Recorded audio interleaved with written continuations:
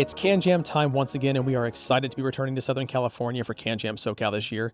Now, this year's show is shaping up to be one of, if not the largest CanJam potentially ever. We are reasonably certain this will probably be the biggest CanJam we've ever done. It will be gigantic, if nothing else.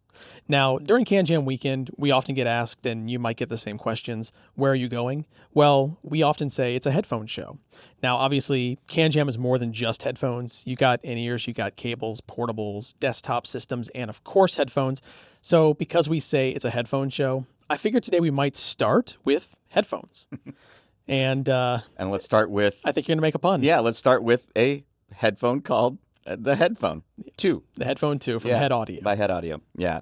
So if I may, so the Headphone 2 is from Head Audio. It is an AMT driver, full-range AMT driver headphone. AMT stands for Air Motion Transformer. It's quite a different type of driver. Yeah. From a conventional driver. Dmitry Grigoriev from Head Audio will be giving a seminar about AMT drivers, about the headphone, so make sure to check that out.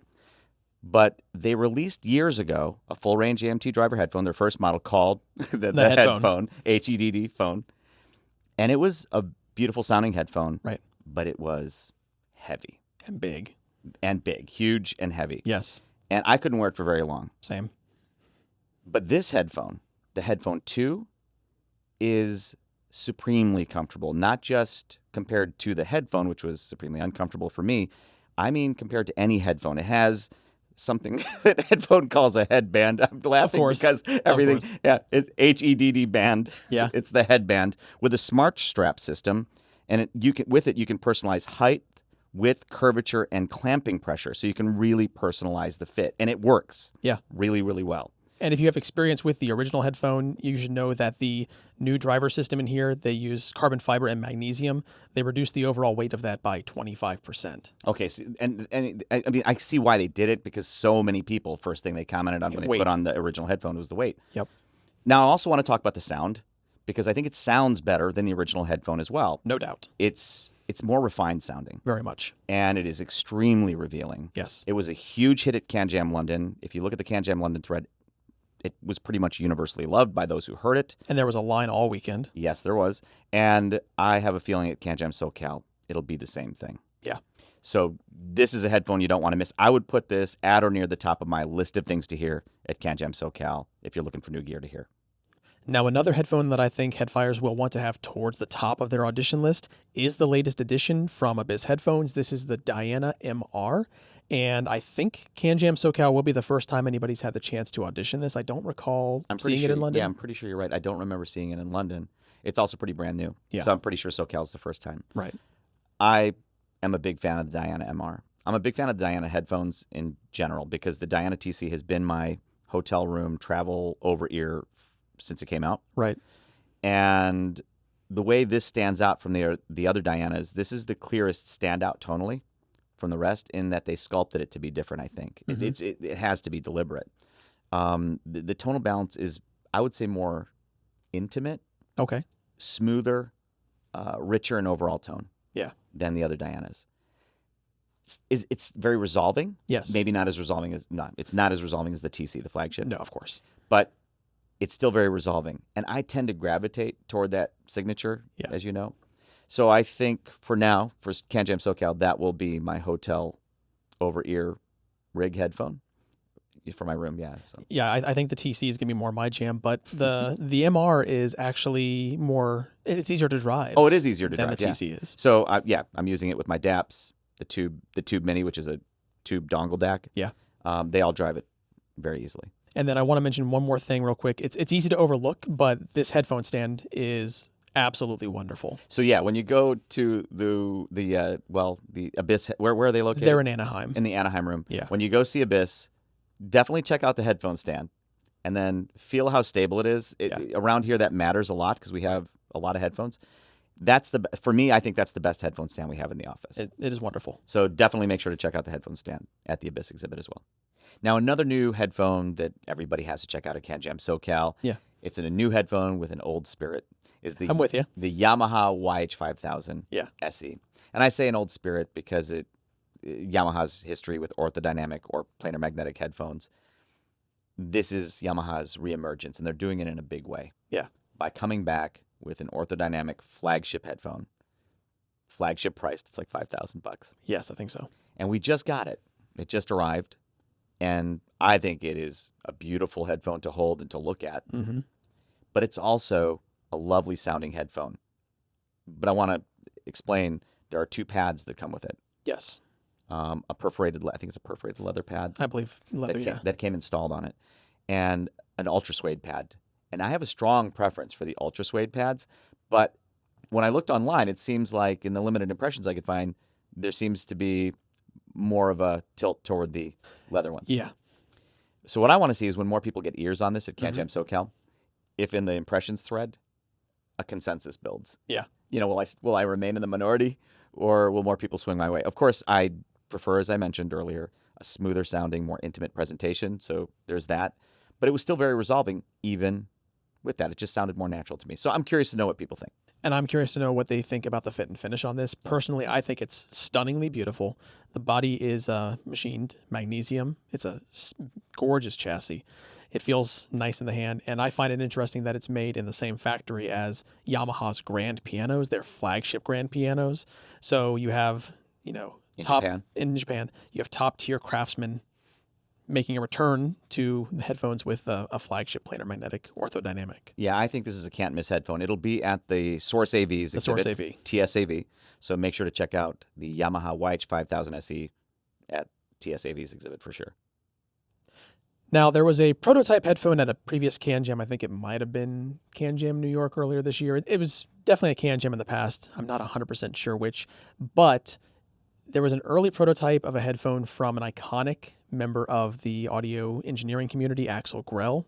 A lot of us know him from his work at Sennheiser, where he designed some of the most iconic, some of the most well-loved Sennheiser headphones. And he's going to be coming back to CanJam with Drop this year. With Drop. And they're going to be showing a headphone called the Drop Plus Grell OAE1 Signature Edition. They're only going to make 1,000 of them. Okay. Now, we had a very early prototype here. Yes. And it was right away we could see from this very early prototype, which looked hand-built, or at least partially hand-built. Some 3D printing. Yeah, it was definitely an extremely unique design. I like the way they describe it here. They call it, they describe it as radical and acute placement of the drivers in front of and away from the ears. It is definitely that. It is definitely that. And so we measured it, the early prototype. Yes. Measured well in terms of frequency response. Very. But in terms of MDACs, multi-dimensional audio quality score, the head acoustics metric, we'll talk more about that over time, it killed. Yeah. Now, to keep in mind, this was an early prototype. Right. We haven't had hands or ears on the latest ones. And we want to be able to show it to you. You'll understand the description of the radical and acute placement of the drivers in front of and away from the ears when you see it. Yeah. But you don't want to miss it at the Drop exhibit on the main show floor. I also want to mention that Axel Grell will be giving a seminar. Yes. At CanJam SoCal, where he'll describe this. These are principles he's been talking to me about for over 15 years that he's finally putting in place in this headphone. So yeah, the return of Axel Grell to audiophile passive over-ear headphones. Yeah. Super exciting. Don't miss that. Now, in a CanJam preview video, we may tend to focus more on new releases because there are things that we've been listening to lately and we're enthusiastic about them, but there are a number of great headphones that may not be brand spanking new, but this might be someone's first opportunity to try them. Sure. Audeze has the Maxwell. The Maxwell is obviously their gaming headset that's been getting a lot of buzz lately. A lot of buzz. A lot of buzz. And it's compatible with Xbox, PlayStation, iOS, Android, PC, pretty much everything you need. I think even Switch. Yeah, and it's planar magnetic. It's a planar magnetic Close driver. back. It's a wireless system, so it's a wireless audio headphone as well. And it has a fantastic outgoing voice noise cancellation, Right. which is an absolutely wonderful thing if you're a gamer. Right. So if your dog is barking and you're using outgoing voice to talk to your gaming buddies.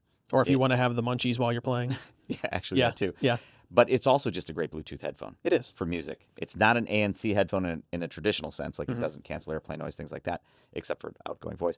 But yeah, just for listening to music, great Bluetooth headphone. Now I want to also talk about the MM100, which maybe we Yes. should have talked about as a brand new headphone, because even though people know about the MM100, we just got ours today. So it Yeah. is pretty brand spanking new. And that is a passive planar magnetic Right. over-ear studio headphone by MM Manny Marroquin. Right. And legendary music industry icon, and the head of their pro products at Odyssey. Yes. I heard this headphone for the very first time at Munich High End. Yes. I heard it in CanJam Chicago. Right. You weren't with me in Munich. And what a spectacular headphone for the price. What is it, like $500? $400. $400. So $400. I would say it is a clear studio monitor type, open back. Yes. Planar magnetic. When I say studio monitor type, that's a range Right. of tonal balance, more than just a single sound, but it is squarely in there. Absolutely. It's just a beautiful sounding headphone for the money. It so is. you don't want to miss that. And if you're talking about electrostatics, Dan Clark Audio will have their new Carina. It's been out for a little bit, but it's one that a lot of people may not have the chance to audition in person. They will be found in the Marina Del Rey room. They're exhibiting with headamp, which you'll be able to pair this with the Blue Hawaii Special Edition. Yeah. I think that's a headphone pairing you've mentioned liking in the past. Yeah, the Carina is fantastic with that. Yeah. A lot of electrostatic headphones are great with the Blue Hawaii SE, but the Carina is one that we have a prototype here. We do. It's not final production, Right. but it still sounds beautiful. It does. So I want to hear the production version, maybe for a little longer than I have at previous shows, to hear, what refinements were made versus our prototype. Yeah. And It's also my favorite looking electrostatic headphone. I love the grill. yeah, that's a lovely sounding headphone. It really is.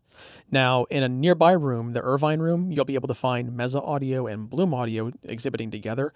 In London, you may have seen this before, but they had the Meza Audio Elite in a beautiful matte finish. No, I didn't see it. Oh, it caught my eye, and I was just staring at it from across the room. I had to go over and listen to it. It's an Elite through and through, but the finish is beautiful. Yeah, I have So to check nice. that out. But the one thing I would also check out is they have these new angled Alcantara pads. Yes. Now you can use them with either the Elite or the Empyrean. Mhm. I actually prefer the Elite with its standard, the hybrid pads. Yeah.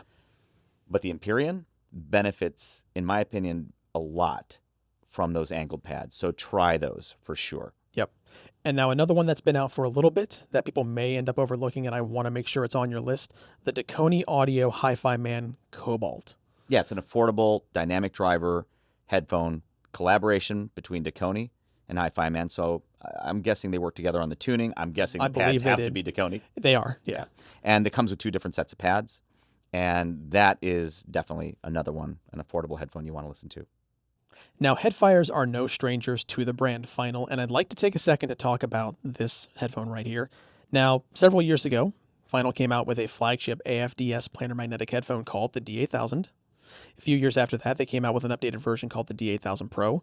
What we have here is the D8000 Pro Limited. Yeah. Now, anybody who has heard the original D8000, I think this is going to be a fantastic stop at CanJam because the D8000 Pro Limited, there's a couple of changes that people are going to be interested in hearing. Yeah, we have a really long history with the D8000 model in that while they were developing it, they were sending us prototypes as they iterated. Yeah, we took a few to different meets. Right. And then they wanted feedback, and we Yeah. give them the feedback, and I'm sure they were taking it from other places as well. That Right. became the D8000. Mhm. What we didn't have was the D8000 Pro after that. Right. So I'm assuming this sounds like the D8000 Pro. This is the D8000 Pro Limited Edition, or Pro Limited. Pro Limited, yeah. And if that's what the Pro sounds like, and I want to talk about how it compares to the D8000 I know, which is the original. Mhm. If you've heard the D8000, I would describe this as having a more like a tighter bass than the D8000 and more air up top. Yeah. It's just a airier, kind of faster sounding headphone to me than the original D8000. I'm torn between which one I prefer Yeah. because I like a lot of smoother sounding headphones and richer sounding headphones. But it is a beautiful sounding headphone. And the one thing I'll say about both is that they're both reference class headphones. Mm-hmm. The D8000s that I've heard now are original, and then this.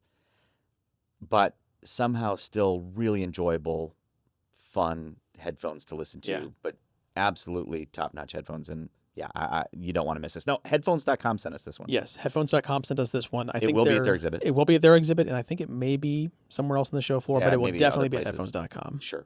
So you don't want to miss the final D8000 Pro Limited, and I think they're only making 200 of them. Yeah. Now I thought I should mention at least one Bluetooth over-ear headphone in this Yeah. segment, and I want to talk then about the Focal Batiste. So Focal's Batiste has been, since it came out last year, my first choice for listening to music Mm-hmm. when I need or desire a wireless over-ear ANC headphone. Yeah. And I love listening to music through it. roaming free with the Batiste. Now, the big news this year, it's still the same Batiste, but they released a new colorway. It's the Dune colorway. Yes. And in a sea of audiophile black and gray, I think it's a beautiful colorway, so that's the one I now carry.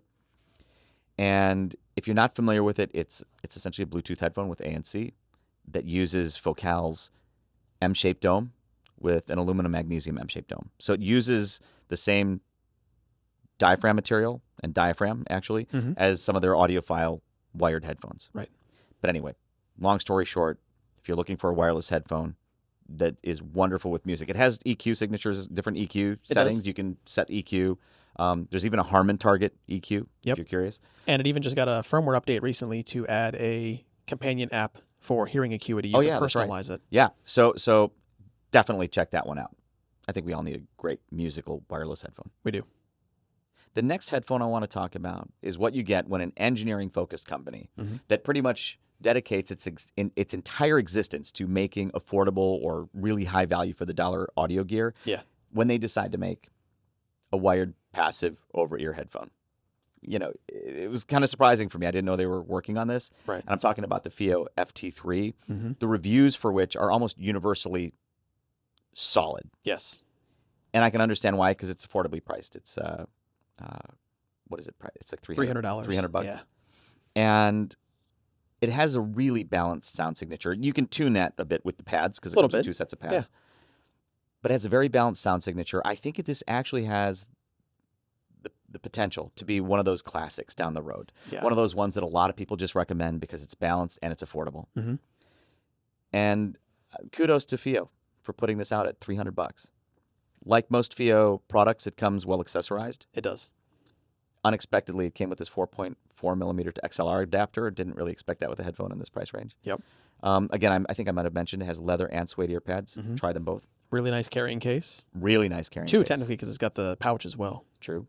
So that's a can't miss. So if you want to go to SoCal, budget's tight, but you don't want to walk out empty-handed, I don't know that you can buy it there, but you get my point. Yeah. You want to pick something, you're looking for something new. This is one of those ones you want to listen to for sure. Absolutely. So big fan. Now, another one I wanted to mention is the FIO FT5. Oh. At CanJam London, this was a big surprise for everybody. Yeah. And a line quickly formed to hear it. Every time I went to go hear it, somebody was already listening to it. And a few people said, oh, you should listen to that new FT5 from FIO. It turns out it's planar magnetic, which I didn't realize there because I didn't really get to handle it. Yeah.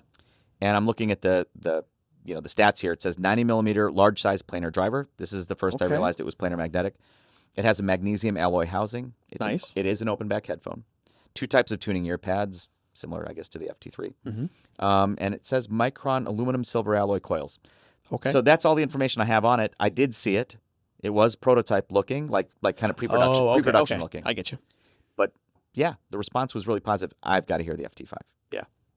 Now, there's another headphone that has been shown at previous CanJams that I haven't had a chance to try myself yet. It's the Warwick Acoustics Bravura. Now, we do have the Model 1, their original This is an electrostatic system. Yeah. Desktop amplifier DAC headphone system. And we have the original. I've not heard the Bravura, but they will have it at CanJam SoCal this year. They have that kind of quiet listening booth. Really nice. I love their listening booth. So at CanJam, when work shows up, they generally bring, and they are bringing it this time? They are bringing it, yes. It is a glass sound insulating listening booth right in the middle of the show floor. Yeah. So you get in there, it isolates very well. It does. And then you can hear more of what makes this headphone special. I have heard the Bravura. I've heard it at least one previous CanJam, I believe. I've heard it at Expona. Did you hear it in Munich? Munich. Okay. I absolutely love the Bravura. I think it is a significant step up, a significant evolution from the Model 1. It's like they've learned a lot from the Model 1. Okay. And I think it uses the same amp. So we're going to be getting a Bravura soon, and I can't wait to hear it more extensively with more of my own music. You had to kind of peel me away from it in the room because there were people coming in, and I was kind of hogging it. But yeah, this is a can't miss. In addition to the Aperio, which we'll talk about a little bit. That's their flagship shot across the HE1's bow, flagship electrostatic system. We'll talk about that in the a little bit, rigs. But yeah, don't miss the Bravura. Now, the next headphone is one that I will admit I know next to nothing about. However, I see the name all over the place. So I do want to let you know that the Mod House Tungsten will be available. Mimic Audio will have this at their exhibit. This is one that the name pops up all over. So if it's on your list, definitely go stop by Mimic Audio and check it out. Yeah, I will, because I know nothing about it, so I'm looking forward to finding out more about it. I do see that name. And now there's one that I will admit I didn't know existed. Yeah. I found out just recently. Like today. Yeah. it's this right over here. So yeah, I'll tell you about it. What is it? So this right here is, you guys might know the reviewer DMS. Yeah. Douglas. Mm-hmm. Yeah. So he's with headphones.com. He's an established reviewer. And DMS decided, I think he did this as a personal project. So I have some information here. This literally just arrived today. Mm-hmm. And I heard this, and it's actually quite good. So it's called the DMS Omega. It's a 50 millimeter dynamic with a stainless steel baffle and an SLS nylon chassis. And he says the chassis is made via SLS for two reasons. To be light, because it weighs about 300 grams, I think. Okay. And because of the shape of the internal structure of the resonator and overhangs couldn't be injection molded, he said. So he had to make it with nylon powder. So that's why it's made of SLS, using SLS. The pads are sourced from Dakoni. Okay. Dakoni pads are everywhere. They're all over the place. Yeah. So the pads are sourced from Dakoni, and the cable from Periapt. Oh. And it's tuned to diffuse field with a minus 10 dB slope, as measured on a Brulin Care 4128C. And he is only making small quantities of it each month. They take a while to make. And headphones.com, which is where you'll be able to hear it, will be selling them on their website for $999. Oh, okay. So it's a very open sounding headphone, and image is wide, quite resolving, and it's a 50 millimeter dynamic again. And it uses a really nice driver in there. So that was surprising to me. That was also news to me. So that's DMS's project again. It's called the DMS Omega. Check it out at headphones.com. Now, one headphone I wanted to make sure to mention, even though I think everybody knows about it, is the Sennheiser HD660S2. And for me, I wanted to mention it because I think it's a very important headphone. And I still think a lot of people haven't heard it yet. Right. But the Sennheiser HD660S2 is important to me because the 600, 650, like for many head-fi long-timers, been around since the pyramids were built. We still love those headphones. But this, for me, is the best sounding of the 600 class headphones from Sennheiser ever, because it's richer in tone, has better bass extension, which I think the series needed. Yeah. And I think in the years since the 600 and 650s peak popularity, even though they're still immensely popular now, a lot of headphones and companies got better, including Sennheiser, making more extended bass, open back headphones. Yeah. And this brings the 600 class into that range. Now, I think it's the best sounding of the 600 series headphones, and that's why I want people to go listen to it, see if they agree when they hear it. Yeah, I'm more of a 600 guy myself. It's because he doesn't like bass. But I'm just teasing. He likes bass, just not enough of it. But no, it's a joke. We go back and forth about this all the time. I'll get a headphone and say, hey, this one's kind of thin sounding. Brian, you're going to love it. It's a joke. Anyway, or he'll say, this one's super bloated. Jude, you're going to love it. So anyways, it's an ongoing joke. Sorry, guys. But anyways, I want to see what people think when they hear the 660S2. I think, again, it's the best sounding of the 600 class headphones. You don't. And I want to see what people think. It's a very important headphone as far as I'm concerned. Now, the next one I want to talk about here is it's a headphone that was first really shown to us in CanJam London, and I think it's a exceptional sounding piece to me. Yeah, as I recall, I think the first time I heard it was at Munich High End. It was actually kind of funny because it was like I think the hi-fi staff, the hi-fi man staff there opened up like their creative gear, and there were these new headphones that I think some of them didn't even know existed. So it was like, and then they announced it like that day or something. Okay. I might have some of the details and some of the timelines wrong, but it was like that. So I got there and I'm like, what's the Aria Organic? Yeah. And I listened to it. Lovely sounding headphone. The Aria is already one of those headphones from Hi-Fi Man that is an incredibly high value, high performing headphone for what I would call a very reasonable price for the performance, without a doubt. The Aria Organic adds a fuller signature to it, just more resolution. It's the best of the Arias. Yeah, it absolutely is. Yeah, and so to me, this is one of Hi-Fi Man's. I would say this is one of their best value headphones. Yeah, the resolution and detail is wonderful on that. And I love the appearance because it reminds me of like, kind of almost like the Shangri-La headphones with the wood. Yeah, with the wood. I get you. So yeah, this one is to me a can't miss. And every I think everybody's familiar with Hi-Fi Man's high-value planars. This might be the epitome of value for the buck from Hi-Fi Man. And that's saying an awful lot. Yeah. So don't miss the Hi-Fi Man Aria Organic at Hi-Fi Man's exhibit. Now, a couple of other headphones I definitely want to mention, even though they're hardly secrets because they're already immensely popular in the community. I want to mention the ZMF headphones Atrium and Caldera. Co-flagships. Atrium is dynamic, Caldera planar magnetic. The reason I love talking about these headphones is, well, first of all, the Atrium is one of my favorite headphones, period. There, I just gave it away. Between the two, I prefer the Atrium. I love both headphones, but the Atrium is one of my favorite headphones, period. It is just such a beautifully musical headphone, resolving, but beautifully engineered to just sound... I'm awash in music when I listen to the Atrium, and I listen to it a lot. But at CanJam London, it felt like more people I talked to preferred the Caldera. Actually, rather significantly, actually. All right. And so I'm curious to know how this shakes out at SoCal. You know, SoCal's probably has some of our most seasoned headphone audiophiles. Yeah. Anywhere in the world.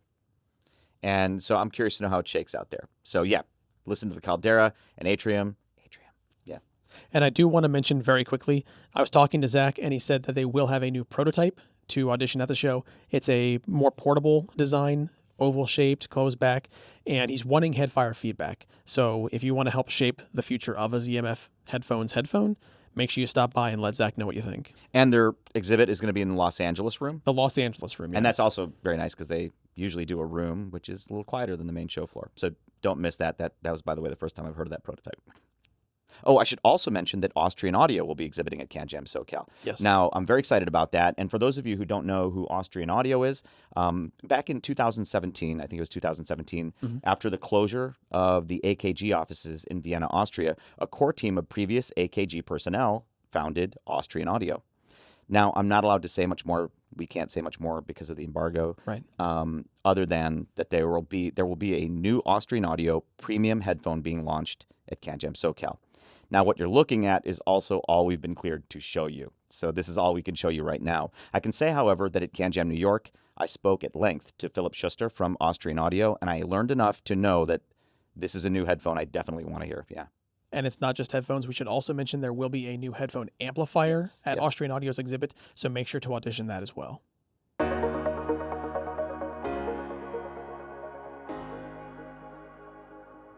Now, CanJam wouldn't be the same without seminars, and at CanJam SoCal this year, we have 11 seminar sessions over the course of the weekend, which I think actually makes this the largest number of seminars we've ever had. Yes, that would unquestionably be the most seminars we've ever had in a single CanJam weekend. Well, there you go. So we're kicking it off Saturday at 11 a.m., running till noon.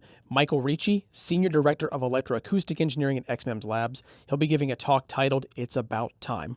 Now, if you haven't seen any of Michael's presentations before, he's from XMEMS, and they've developed a new piezo MEMS microspeaker. I believe is made entirely out of silicon. Yeah, it's very different from typical moving coil drivers, very different from, say, a balanced armature or a standard dynamic driver. Yeah. Very different. And one of the things that it does very differently from other traditional drivers is speed.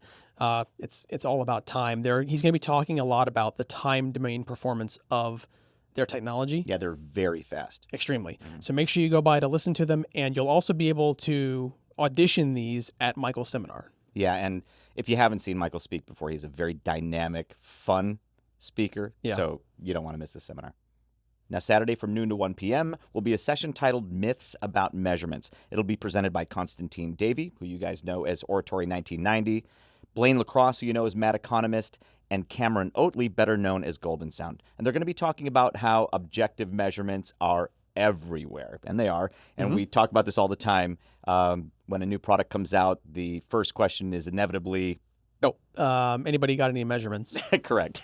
So that's pretty much what's asked every time. So they're going to talk about why measurements should not always be trusted, why we should always take measurements with a big grain of salt, why we should never treat them as absolutes, and how objective measurements are often quite subjective. And perhaps most importantly, they want to talk about what's being done to address these flaws. So I have a lot of thoughts on this. I've had conversations, especially with Constantine and Blaine, about these topics. And so I definitely want to be in the audience if I don't have any meetings at that time, because I have questions and thoughts I want to share with these guys, see what they have to say. I'm looking forward to this one. This is an important one. on Saturday from 2 p.m. to 3 p.m. is a session titled Air Motion Transformers Transducers, or AMT Transducers. Lighter, faster, stronger, better, with a question mark. And that'll be presented by Dmitry Grigoriev. He's the head of research and development at Head Audio out of Germany. And I mean this very sincerely when I say Dmitry probably also has the coolest head of hair in the entire audio industry. So Dmitry is going to talk about AMT drivers, beginning with the invention by Oscar Heil, to its maturation under Klaus Heinz, through its continuing development by Head Audio today. Now, we already talked about the Head Audio Headphone 2, HEDD Phone 2, Yes. an AMT driver, full-range AMT driver headphone, the second generation from Head. Mm-hmm. And it's a spectacular headphone. Oh, yeah. So if you want to understand what makes it what it is, obviously, the AMT driver is a huge part of it. Right. Dmitry will talk about how it differs from conventional drivers. Anyways, you don't want to miss this talk. Continuing on Saturday from 3 to 4 p.m., join Rob Watts, digital design consultant for Chord Electronics, for DAC architectures, the good, the bad, and the ugly. This is the all DAC seminar. If you have any questions, this is the one to attend. Rob is going to be taking a look at the different DAC architectures that are in a lot of the DACs that we use today: desktop, portable, players, everything. He's going to be looking at the pros and cons of each, and he's even going to be giving us some objective criteria to choose which kind of DAC we want in our system. He does a very deep dive. Somehow keeps it accessible, though, which is very nice.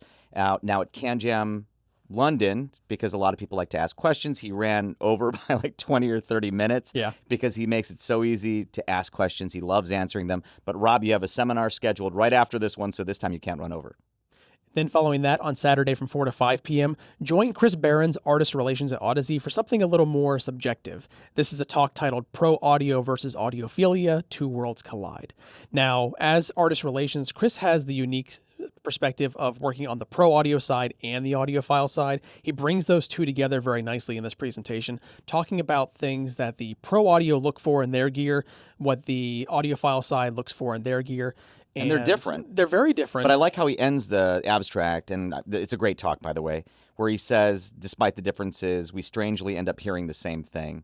And it's a really nice talk. It's gone over very well when he's given it. It's one you absolutely should hear.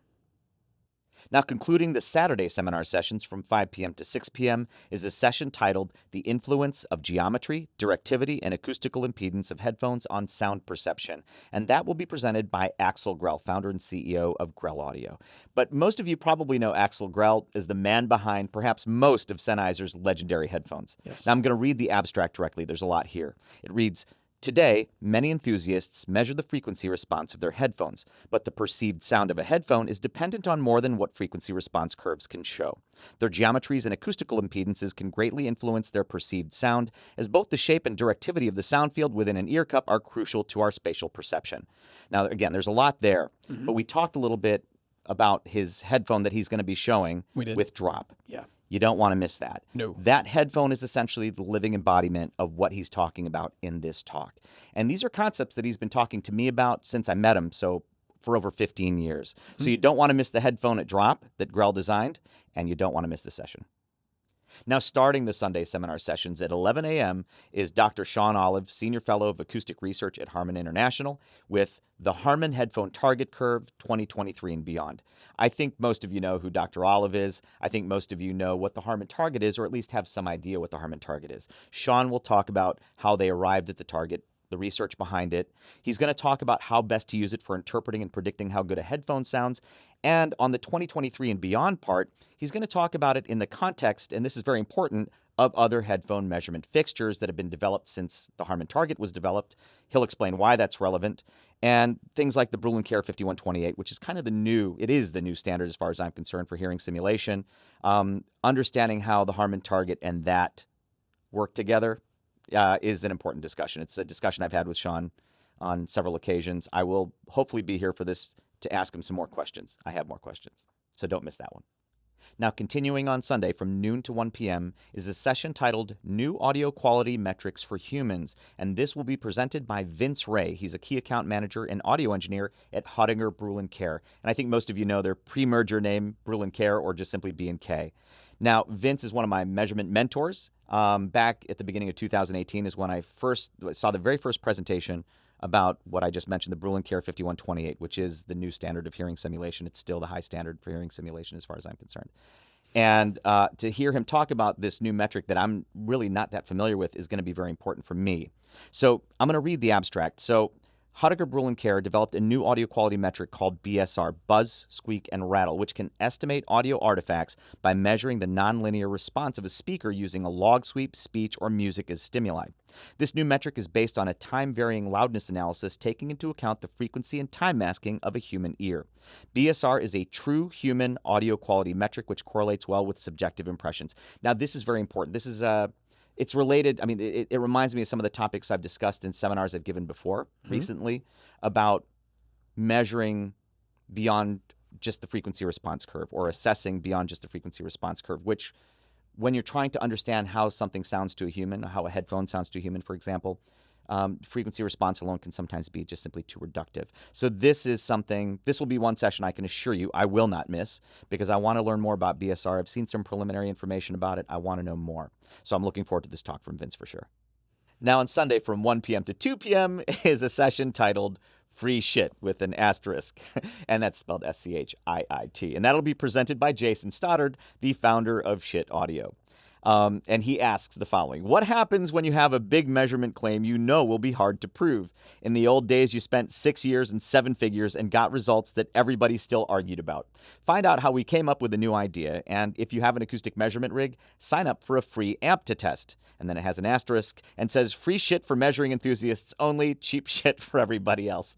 So I literally have no background before reading this about what this is about. So I am really looking forward to this. Jason's someone I've spoken with about measurements before. I imagine this is going to be interesting. How could it not be with something like that? And given that it's Jason who's presenting it. Anyways, I'm looking forward to free shit. Then on Sunday from 3 to 4 p.m., join Rob Watts once again for how interpolation filters and transients crucially affect sound quality. If you're looking for an in-game DAC, this is a fantastic seminar to attend because Rob's going to be doing a deeper dive into the importance of interpolation filters and transients, how performance of the time domain can impact the sense of realism and fidelity that we get in our music. Yeah, this might be the most technical talk I think he gives. And yet somehow he still makes it extremely accessible. And closing out our seminar schedule this year, join the reviewers for Ask the Reviewers AMA, Sunday from 4 to 5 p.m. Come join Gary Allen Barker of Headphone Guru, Cameron Oatley, who goes by Golden Sound and with headphones.com, Zeos Pantera, Z Reviews, Marcello Rostagni, Mr. Hi-Fi Reviews and with the Source AV, and Douglas Stevens, DMS, also with headphones.com. This is the seminar to ask any of your pressing questions. Do cables make a difference? Does burn-in matter? How much power do you need to drive the Susvara? What is Zeos's favorite wallpaper of the week? And one of my personal favorite questions to ask late in any CanJam, what's one of your highlights from the weekend? Come out, get your questions answered. Now, CanJam SoCal seminars will fill up quickly. They will turn into standing room only, so make sure to get there early to get a seat. Otherwise, you'll be stuck standing in the back. We'll see you there.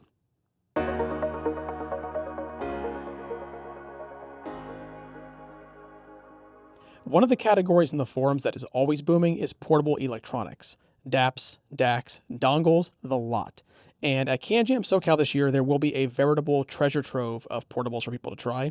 So where do you think they should probably start? Questyle, M15, and dongle DACs in general. A booming subcategory. Yeah. Not a new subcategory. Been around for many years, but I feel like a newbie in dongle DACs because I used the first generation of dongle DACs years ago and then kind of fell out of it because I've been carrying an iPhone, my primary phone, one of my Android phones, and a DAP, a digital audio player, pretty much everywhere I go. Yeah. Got used to that. Then at CanJam London last month, I picked up a Questyle M15, which is a dongle DAC, a really nice one. Plugged it into my Galaxy S23 Ultra, turned it into a DAP. And I mean, it sounded to me like a premium digital audio player. Okay. That, to me, was exciting and a bit of a revelation because in terms of self-noise, it was dead quiet. Drove everything that I plugged into it, mostly in-ears, but some moderate load type over-ears as well, like the Diana MR. Drove them beautifully. So I've been using it quite a lot with the S23 Ultra. You know, it's the first time I've really traveled and gone places without a digital audio player, a dedicated digital audio player. Not sure I'm ready to give that up completely. Sure. But yeah, exciting category. Now, the Questyle M15, the DAC section has an ESS ES9281AC DAC. The amp section has 2 of Questile's current mode amplification modules. I think they call them CMA amps for 4 total amplification circuits. Outputs are 3.5 millimeter and 4.4 millimeter, so you have single-ended and balanced. And again, it should decode just about anything you want to decode, and it's just a lovely sounding piece of kit. Nice. Yeah, so I highly recommend you listen to the Questile M15. That's at Questile's exhibit. They're going to have an exhibit room. Yeah. Which is always nice. The Berkeley room. Yes. And so check out the Questile M15 and whatever else Questile is showing. Now another dongle DAC. Now this is one I've not experienced at all, but I like the form factor. It looks really compact, so I'm curious about it, but have no experience with it. Know very little about it, so I'll check it out at the shows. The iFi Audio GoLink. Oh yeah. So I've seen it. I've seen it on the forums. I checked out the product page. Looks pretty cool. Looks very compact, but know nothing about it. So I'm going to check that out. That's going to be at the iFi exhibit. I think those are both great picks, and it's funny that you mentioned one you haven't tried because there's one that I'm curious to try, which I haven't had a chance to yet, and it's going to be at Shenzhen Audio's exhibit. Their table's massive. Yeah. It might be kind of hard to find this one. It's going to be the Moondrop Dawn Pro because it's super tiny. It's like $50, I think. Very inexpensive. Is it a dongle DAC? It's a dongle DAC. Okay. It's a dual CS43131 DAC, USB-C input. It supports 3.5 and 4.4 millimeter output. And what's interesting here is that from their quoted specs, 3.5 millimeter can output up to 2 volts RMS. Okay. 4.4 can do up to 4 volts RMS. It's a little tiny, very, very compact, very affordable dongle DAC. And I just love having one that I can toss into a bag and not have to worry about it. So that is towards the top of my list. Shenzhen Audio will have a few others that I want to mention because I think some of these, well, I know some of these are going to be ones people are checking out because they get a lot of buzz on the forums. And that's going to be the Moondrop Moon River 2 Ti Titanium. That is I think it's a recent release. Okay. Dongle DAC.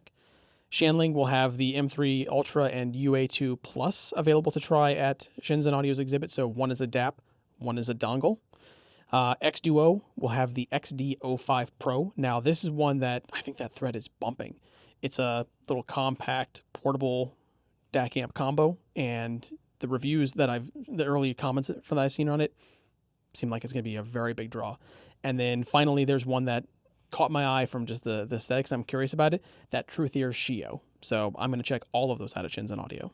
I will too, because I literally, until you mention these, know nothing about these products. So I definitely want to check it out. And Shenzhen Audio's exhibit is going to be sizable. We've seen some of the gear list. It's huge. Check out Shenzhen Audio's exhibit for sure. Now I'm gonna switch away for a moment from dongle DACs. Yeah. And get back to something that's still, I think, my comfort zone, which is digital audio players. Sure. All right. So let's go to astell&kern. And astell&kern for me is the company that, I actually don't know who invented digital audio players as we know them, but maybe it was them with iRiver. Might have been iRiver. Yeah, I don't know. I'm not sure. That's a good question. Anyway, but regardless of who invented digital audio players, astell&kern defined what they would become. Yeah. In our space, what an audiophile digital audio player would become. Mm-hmm. But now there are a lot of digital audio players. And so differentiating yourself can be difficult. I think they've done a fantastic job. I'm going to specifically talk about a couple of models that I think that stand out as unique. Now, using tubes in the circuit with DAPs is no longer entirely unique, but their implementation with the SP2000T, so the astell&kern SP2000T, which T stands for tube, I'm guessing, they have a Korg new tube circuit. Yep. You can run it in pure tube mode, pure solid state mode, or using a very easy interface on the screen, you can choose any level of hybridization, I guess you can say, right? You can hybridize it any way you want. You can go not just pure mode in each direction, but mix how much tube or how much solid state you want. I think that's really cool. Yep. I'm not sure any other DAP's doing that, but I love the way they're doing that. And you can do it while you're listening. Yeah. So it's not like you do it and then you have to restart it and then start again. No, it's all happening in real time. I think that's cool. Another one that that's one of their more recent releases is the astell&kern Aeon Futura SE300. Yeah.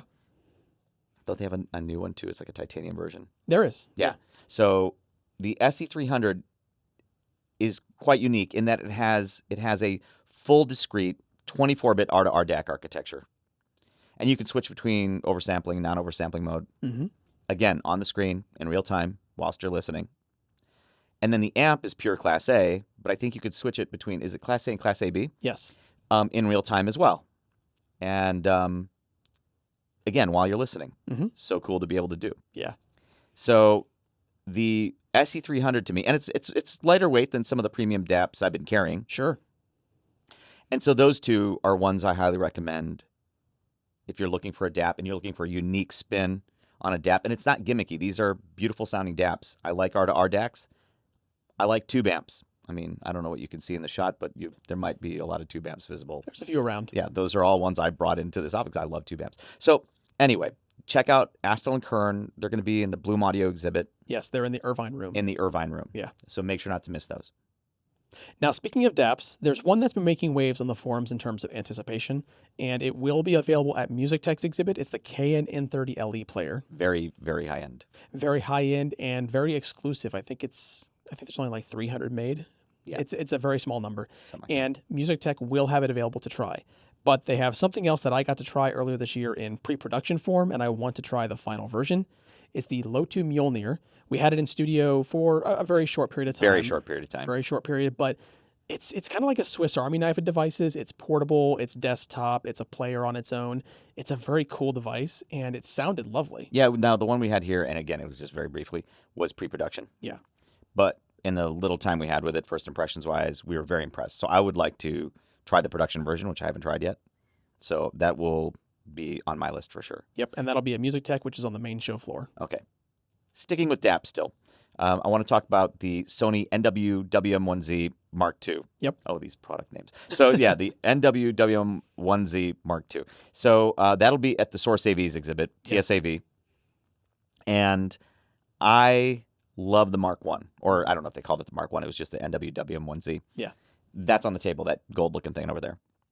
Loved it, used it for years. Mm-hmm. It was a current model for years. Yeah. So is you have the ZX300 over there, I see. Yeah.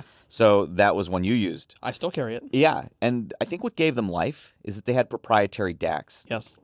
That allowed them to keep them current for a long time because there was nothing to displace it unless they released something else. Right. So I like that about it. But also the WM1Z sounded beautiful. Yes, it did. And I always said, boy, if this thing could stream and, Yes. and had some of the features, that kind of became more modern over time. Mm-hmm. Like streaming, USB-C. USB-C. Oh, that WM port. Don't get me started. So yeah, I'm not a fan of the WM port. So okay, so I like USB-C streaming. Yep. Then I would want to pick it up. Yes. All right, so they did it. The Mark II. I don't have it yet. I'm fighting that one because it's a bit expensive. Yeah, I'm the same way. But I love the WM1Z so much that anyway, I definitely want to audition the Mark II. I've heard it very briefly, so I want to try that at TSAV's exhibit for sure. And there's a WM1A as well, right? There's a WM1A Mark II. There's a 707. There's a number of new players that I haven't had a chance to try yet, so I'm going to get my hands on whatever they have. So TSAV's exhibit for the Sony stuff. I'm going to stick with DAPs just for another minute, then I'm going to Okay. switch categories again. Sure. So I want to go with the FIO M15S. Yeah. And the reason I want to mention this is because I use it. I use it a lot. I carry it around a lot. And one of the reasons I carry it around a lot is because, one of the reasons is it's lightweight. Mm-hmm. A lot of the premium digital audio players are quite heavy, and that's fine if you don't mind carrying it, but I carry a lot of stuff. You can pretty much always find me with a backpack. I'm kind of one of those EDC guys. So if I can shave some weight off, great. And I don't feel like I'm sacrificing anything because it performs beautifully. It sounds great. Mm. It drives anything I want to drive with it that I'd want to drive with a DAP and then some.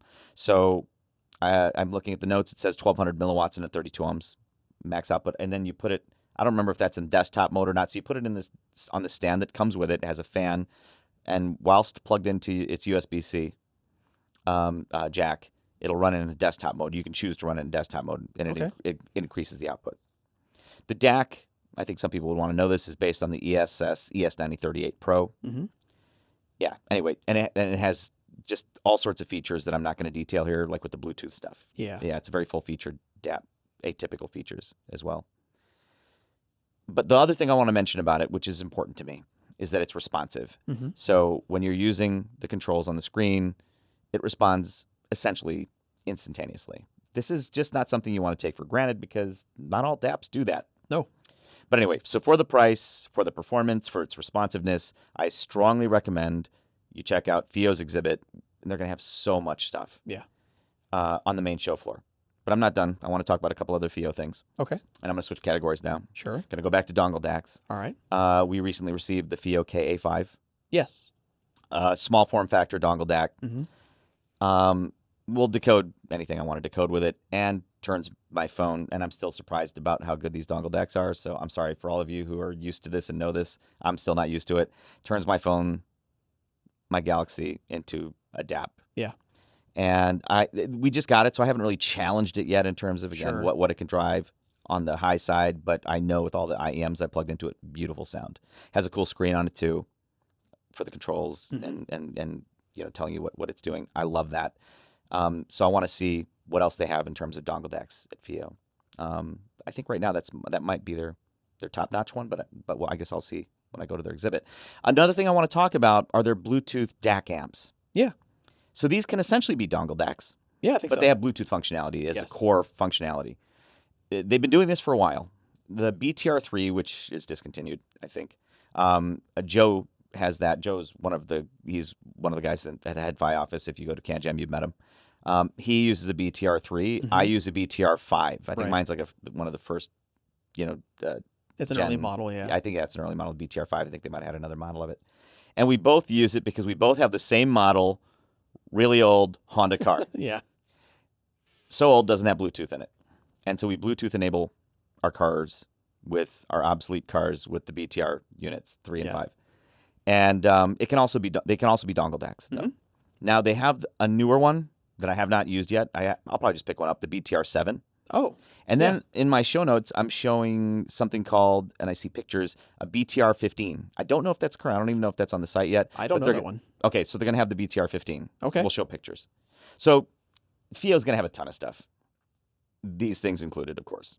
Check out FIO's exhibit. For sure, they're on the main show floor. Yes. Yeah, so don't miss any of this stuff.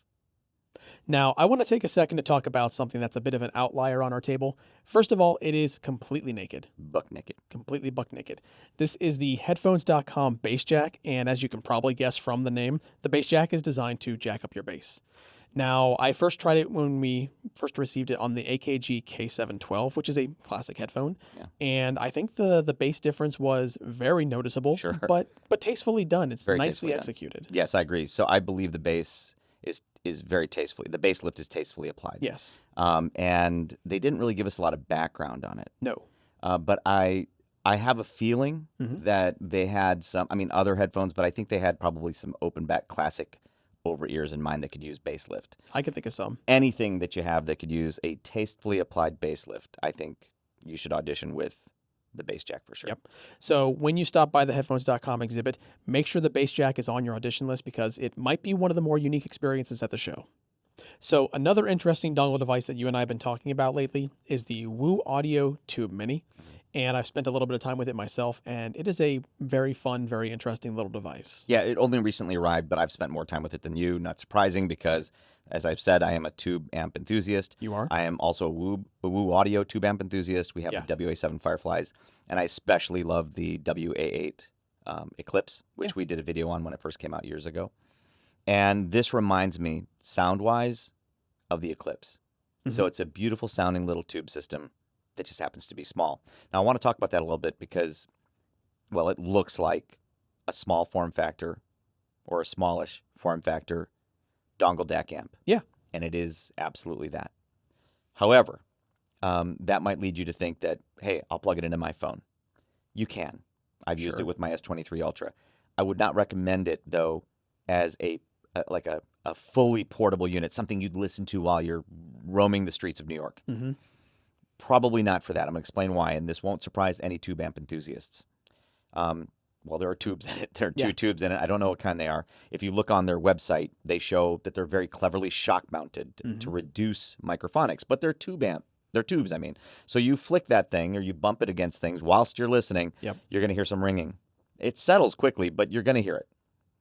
The other thing is, because it's a tube amp, and again, this should surprise no tube amp enthusiasts, it's a little more susceptible to RF, the radio frequency, like noise.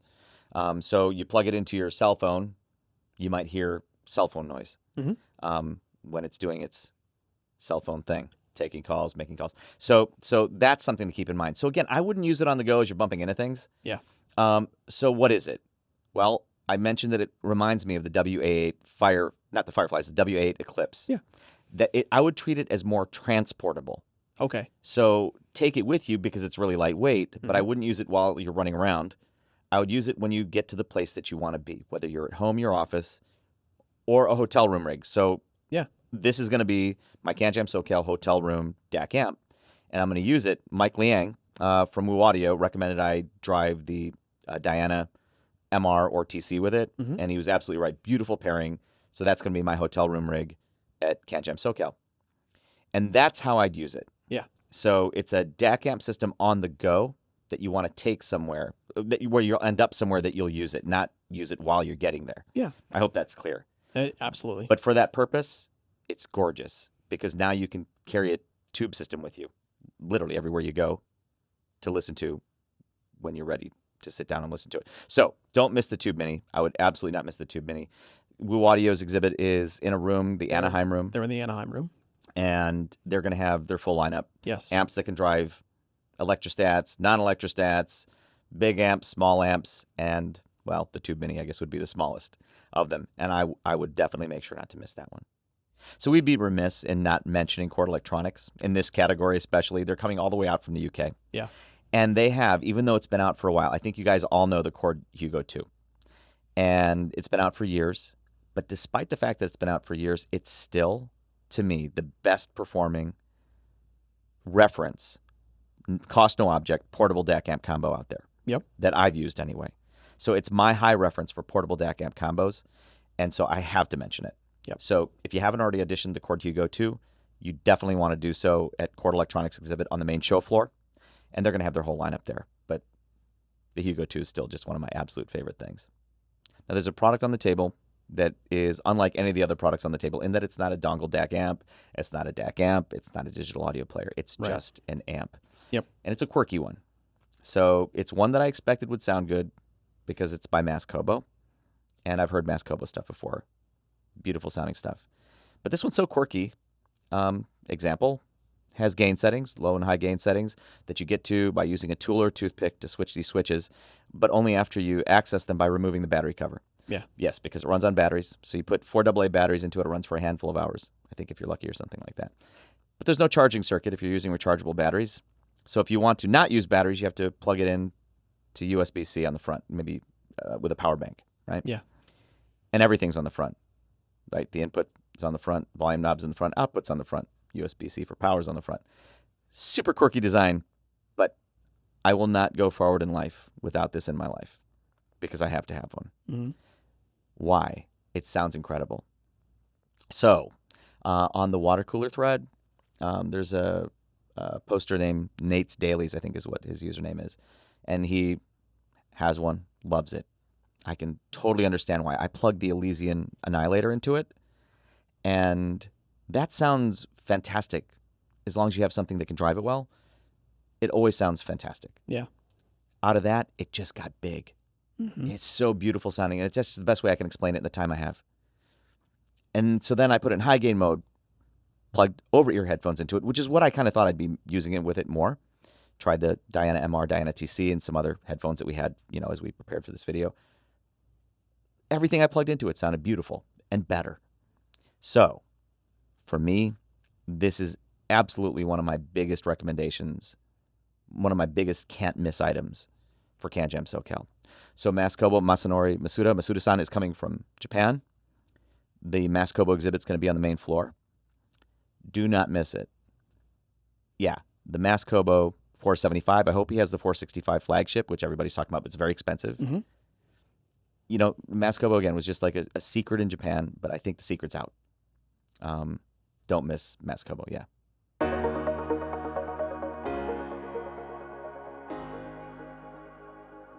We were just talking about the booming portable electronics segment of Head5, but we did not want to neglect the desktop rigs. There's going to be some cool desktop stuff at CanJam SoCal. So what we wanted to do is talk about some of the stuff we've used, had experience with, sometimes used a lot. Yeah. That'll be at CanJam SoCal that we're excited about, and a few of the things that we haven't used that will also be there. So if I can start with the Chord Electronics Hugo TT2, this is still one of my big reference systems.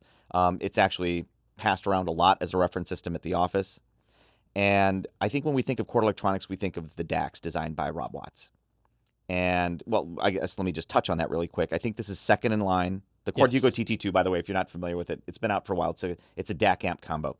The DAC is second in line, I think, to the Chord Electronics Dave in the Chord line. And if you know Chord Electronics DACs, they talk about tap count. So if that matters to you, this has 98,304 taps. Of course, add the M scaler, and you get over 1 million taps. All right, but I want to focus on the amp, because the amp, I think, gets overlooked sometimes. Yes. It is extremely versatile, and this is probably a big reason why it gets passed around here so much. So in terms of, for example, just to talk about its versatility, how quiet it is, the noise level in low gain mode on the Hugo TT2 is like 1.7 microvolts. For those who know what it means, you know that's extremely quiet. Right.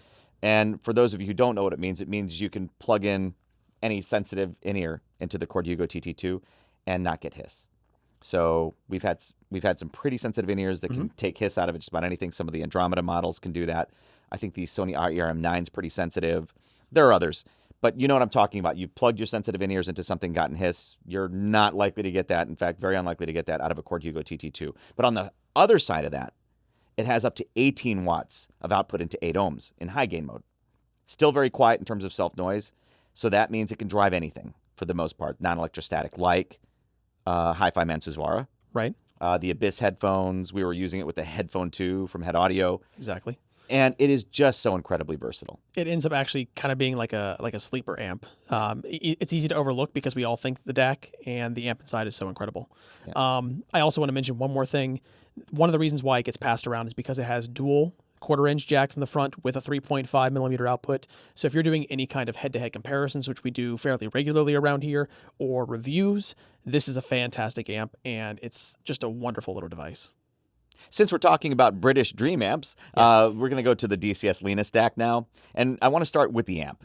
So the DCS Lena stack consists of a DAC, the DCS Lena DAC, a master clock, the DCS Lena master clock, and the headphone amplifier, the DCS Lena headphone amplifier. And I want to focus on the amplifier today. I think we've talked in previous preview videos about the DAC, and it's natural that people think about DCS DACs. That's where they became famous, with the ring DACs, which we'll get to in a second. But the amplifier is incredibly versatile as well. And I think it performs well above what I would expect from just looking, if I was just looking at its paper specs, which look great. But when you listen to it and you try all the different headphones with it, from a Susvara, again, to many of our in-ears, it is extremely versatile. It sounds beautiful. It's a wonderful piece of engineering. And I think people should definitely pay attention to the amp at the DCS exhibit. Now, I should mention this, by the way, at the DCS exhibit, it's one of my favorite exhibits at any CanJam, and they bring it from show to show. And so they have their own listening room. They're going to be, again, in the Marina Del Rey room at CanJam SoCal. But in addition to that, they have quiet listening stations that have some sound insulation around them. And so you can sit down comfortably, relax, and listen to the wide variety of headphones. They might have they probably have the headphones you're looking for. And if they don't, you can plug in your own. Right. And so anyways, they put on one of the best exhibits we've ever seen at any CanJam. Absolutely. All right, but now I also want to talk about the DAC, because it's DCS, you have to. And that's the ring DAC technology. When I was a kid, like a teenager, an audiophile as a teenager, I wanted a DCS ring DAC so bad, but I couldn't afford one. I ended up getting a chip version of it in an RCAM CD player, but that's another story. So you want to focus on the DAC as well, listening to the DAC, because that's what they're known for, and then try the master clock demo. Yes. Now, that was something I didn't do until a couple years ago, and when I first did the master clock demo, I was blown away.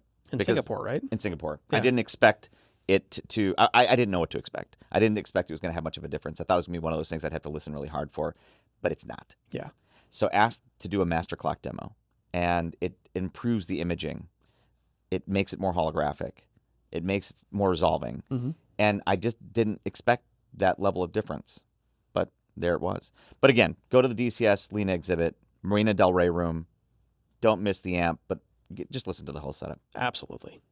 Now, I agree that those two systems are both fantastic. I think for some people they can get a little expensive, pretty expensive depending on the options, Yeah. and they're, depending on your desk, they can be quite large. So if you're looking for something a little more affordable, a little smaller, the Earman Champ system that I have on my desk is fantastic, and I think I stole that as soon as it came into the office. It's been with me the entire time. Yeah, Mickey from Earman has been asking me to put it on the audio precision bench to test it. He knows what the results will be, but he insists I will be impressed. So at some point, when I can finally pry it away from you, I will have to measure it on the AP rig. But I'm having fun cannibalizing it. So the Earman Champ stack, it comprises the Earman Champ system, which comes with a linear power supply and the amplifier. I'm running the Traduto DAC, which is designed to mate with it, and there's also a staccato streamer. Now, the amplifier, I think, is the real bread and butter of this system.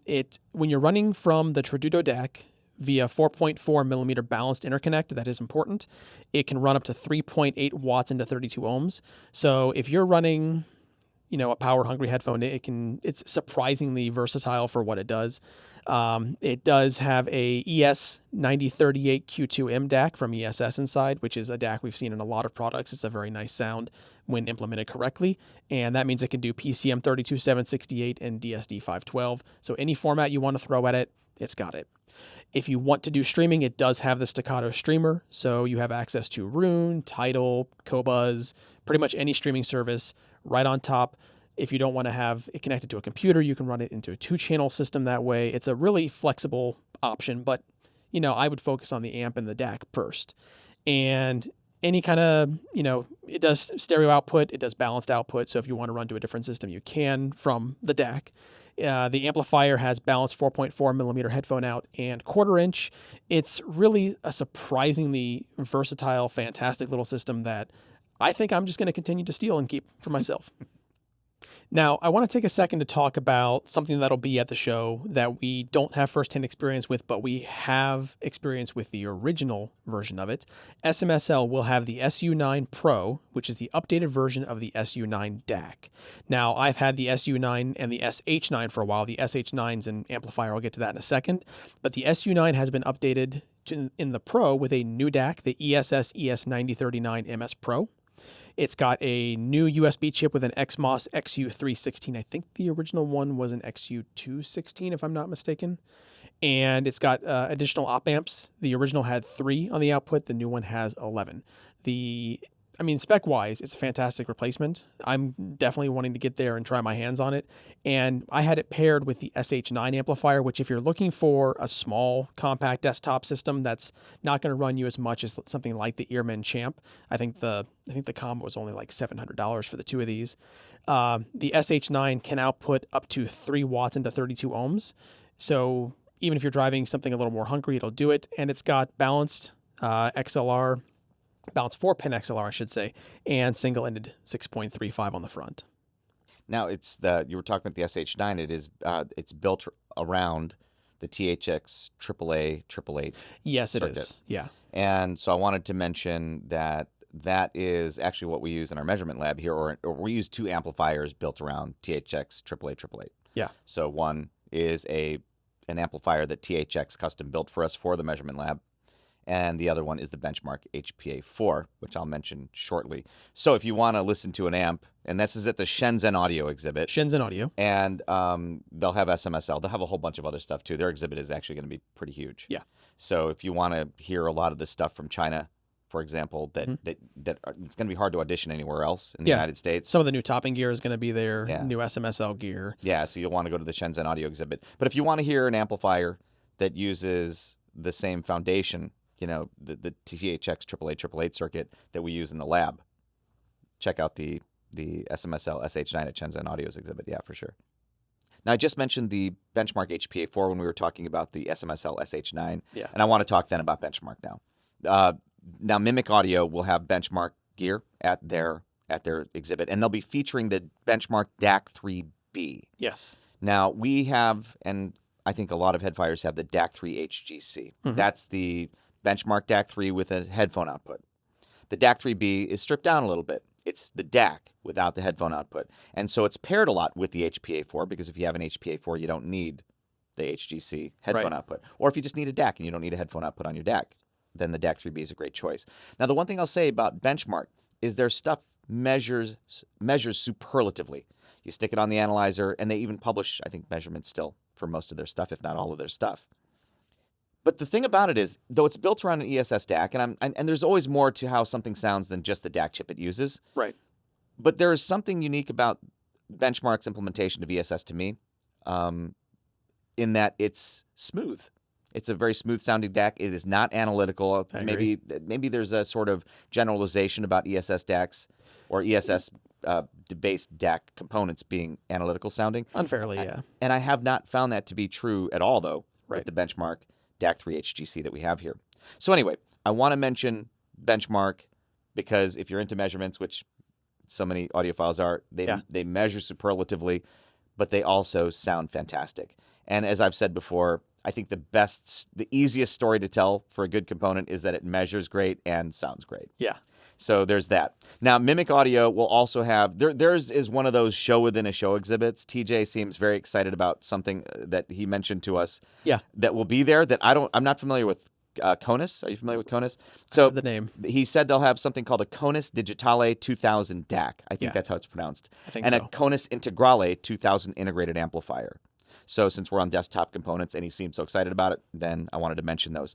But Mimic Audio will have, they are another show within a show exhibit. Don't miss the Mimic Audio exhibit for sure.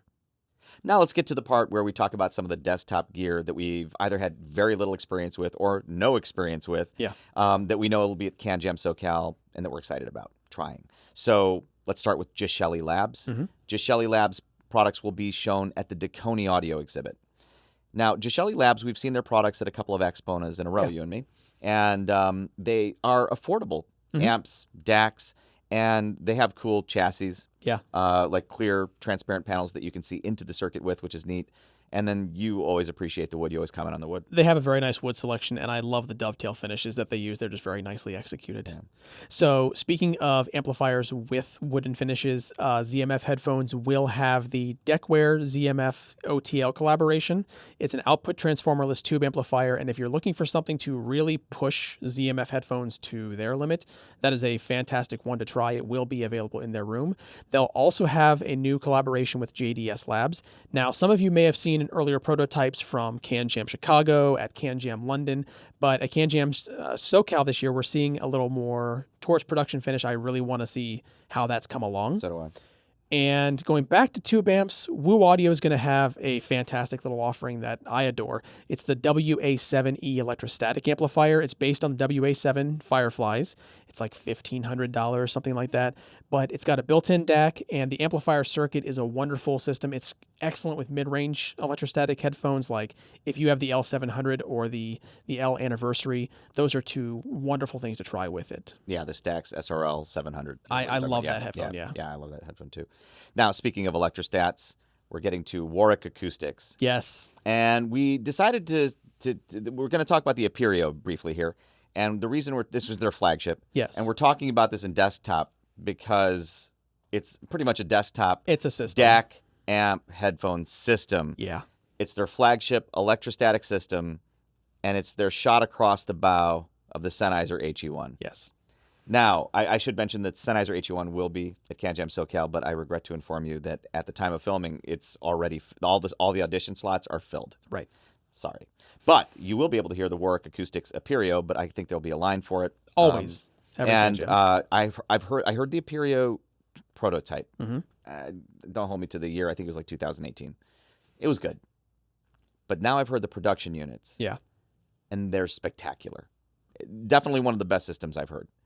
And I haven't yet, and I say yet, had a chance to put the Aperio next to an HE1. It's an opportunity I hope I have at some point. The Aperio is fantastic.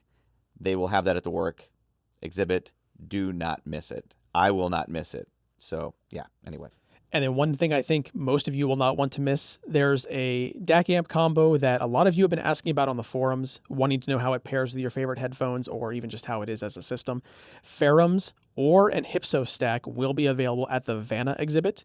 And if you have headphones that you're bringing to the show, this is the perfect time to find out how your favorite cans pair with probably one of the most requested pairing comparisons that I've seen past year or two, maybe. Yeah, I mean, the Ferrum stuff is popular. It's very But popular. we never had it come across Headfi HQ yet, so I guess we'll have to try it there. We'll check it out. All right.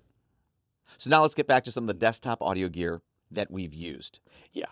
In some cases a lot, in some cases just a little bit. Right. But I want to start with something I've used a lot, and that's the FiiO R7. The FiiO R7 is one of the hardest things to explain because it's so many things. So FiiO calls the R7 a desktop high-resolution transmitter, decoder, and headphone amplifier all in one unit. I would say that's accurate. Yes. I would say that's conservative. Also, yes. Yes, because it can be anything. So it has a 5-inch screen, which because it's off, you probably can't see it on there. Now, the DAC section is built around the ESS 9068AS DAC chip. Mm-hmm. And its amp section, which I'm pretty excited about, is the THX AAA 788 Plus, which is one of the higher grade THX AAA circuits. Right. That means it'll drive just about anything. Mm-hmm. It'll put out, I think it's 3 watts into 32 ohms is maximum output, but it's also very quiet. Yeah. Just crazy quiet. And so you can plug anything into it. And literally, because it also has outputs galore. Mm-hmm. So it has single-ended on the front panel for headphones, 4-pin XLR, 4.4. Yep. And it supports Bluetooth. Did I mention that already? I think LDAC, aptX. aptX HD. Yeah. Yeah. So it supports, it's everything. And the R7 is something you don't want to miss. So if you're looking for a compact desktop rig, Mm-hmm. start there. It's priced very reasonably. I think very reasonable. What is it, like $700? Yeah. And it's engineered way beyond what you'd expect for the price. Right.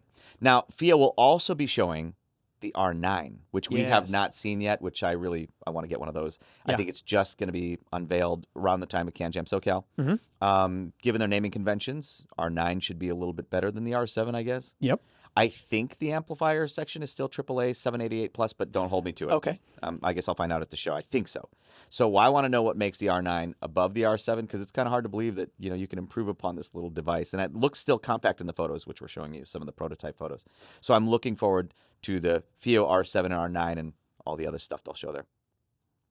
Now, this next one, it just arrived, and I've had time to unbox and photograph it, which it is stunning. I absolutely adore the aesthetics of this thing, but I haven't had a chance to listen. It's the Yamaha HA-L7A, which you will be able to hear at the Source AV.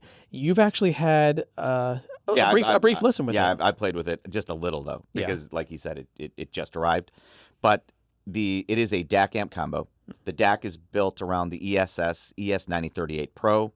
The amp section will deliver up to 1,000 milliwatts per channel into 32 ohms. Okay. Now, I think they intended this to be probably ideally used with the new Yamaha YH5000 SE, their new flagship planar magnetic headphone. Yeah. And but you can use it with other headphones. Sure. But we used it with that one. Now, one thing that's very interesting about it, it has these DSP modes, these sound field DSP modes. And what are they called again? There's so my list here is there's cinema, drama, BGM or background music, concert, outdoor concert, and music video. Now, I can't remember which ones, but a couple of them are pretty dramatic. Okay. Like there's some reverb going on, and it changes the sound field, which is the intent.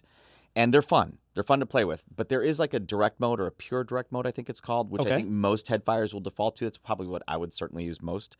But again, we've just used it very briefly. Yeah. But this is one I hope to have more time with the YH5000 SE. But at the TSAV exhibit, the Source AV, you'll be able to hear the Yamaha HA-L7A and no doubt driving the YH5000 SE. Yeah. Now, one company we're obviously very familiar with, and most headfires are because Jason's blog is so immensely popular on Headfi, is Shit Audio. Yeah. Now, Shit Audio will be, of course, at CanJam SoCal. They are local because, well, sort of, because they're now in California and Texas, right? Yep. But they will have their full lineup there. But they will also have other things. Now, I am sworn to secrecy. I can't say much more than what I'm about to say, but they will have new products that you will definitely want to check out. I wish I could tell you more, but I can't. So make sure to go to Shit Audio's exhibit, of course, to listen to the lineup that you're familiar with already, but to listen to the new lineup that I assure you will be compelling. So make sure to stop at Shit Audio's exhibit. Now, this next one, it's a bit chunky. We had to clear off the table to get it up here. It's the Hi-Fi Man EF1000 DAC. It is probably bigger than it looks on camera. I'm looking at the monitor. I'd say that's bigger than it looks on camera in person. So I'm really excited about this one because I've been using it with the Hi-Fi Man Susvara. Not an easy headphone, not just in terms of driving, but just as far as overall sound goes to get a great match with. But when you do, it's so insanely rewarding. I've had that experience with this. So I'm very excited about it, but I'm actually not sure which I'm more excited about, the DAC section or the amp section. Yeah. The DAC section, and pay attention, R2R DAC enthusiasts, is an R2R DAC. It's based on Hi-Fi Man's proprietary, internally developed R2R DAC architecture, which I think they call Himalaya. Yes. It's the Himalaya Pro, which would be the highest realization of the Himalaya architecture. Now, for this generation, they doubled the number of resistors. Okay. They improved the correction algorithm. And in terms of measured performance, then, it actually, as R2R DACs go, is very impressive. Versus the legendary Burr-Brown PCM 1704K. It actually has better channel separation, better signal-to-noise ratio, and it has lower THD as well. All right. So very impressive in that respect as R2R DACs go. Now, as the amp section goes, it is also very impressive. It's based on Hi-Fi Man's discrete op-amp architecture. It has quad-paired output transistors, everything very carefully matched. And it outputs up to 13.7 watts into 32 ohms. Yeah. So that helps with something like a Susvara. But it's great with a lot of headphones. It has a stepped attenuator, by the way, for controlling volume. So channel matching between left and right should be perfect. But now, okay, so it has all this power, no gain switch. Okay. With the stepped attenuator, I don't know that I'd recommend it for in-ears. I don't know that I'd plug my in-ears into it. We haven't done that yet. I guess if you have a really not sensitive in-ear, maybe you can try it. Yeah. But for any over-ear headphone that's reasonable to drive or even obviously hard to drive, definitely worth a try. Oh, I should also mention it has Bluetooth. Yes. Which is pretty cool. I don't use that a lot with this because I'm kind of going full-on flagship mode with it. But it has Bluetooth, including aptX HD, LDAC. But anyway, this is a can't miss as far as I'm concerned, especially if you're a Susvara user or any other over-ear flagship headphone that you're looking for something fantastic to drive it with. Can't miss it. Hi-Fi Man exhibit on the main show floor.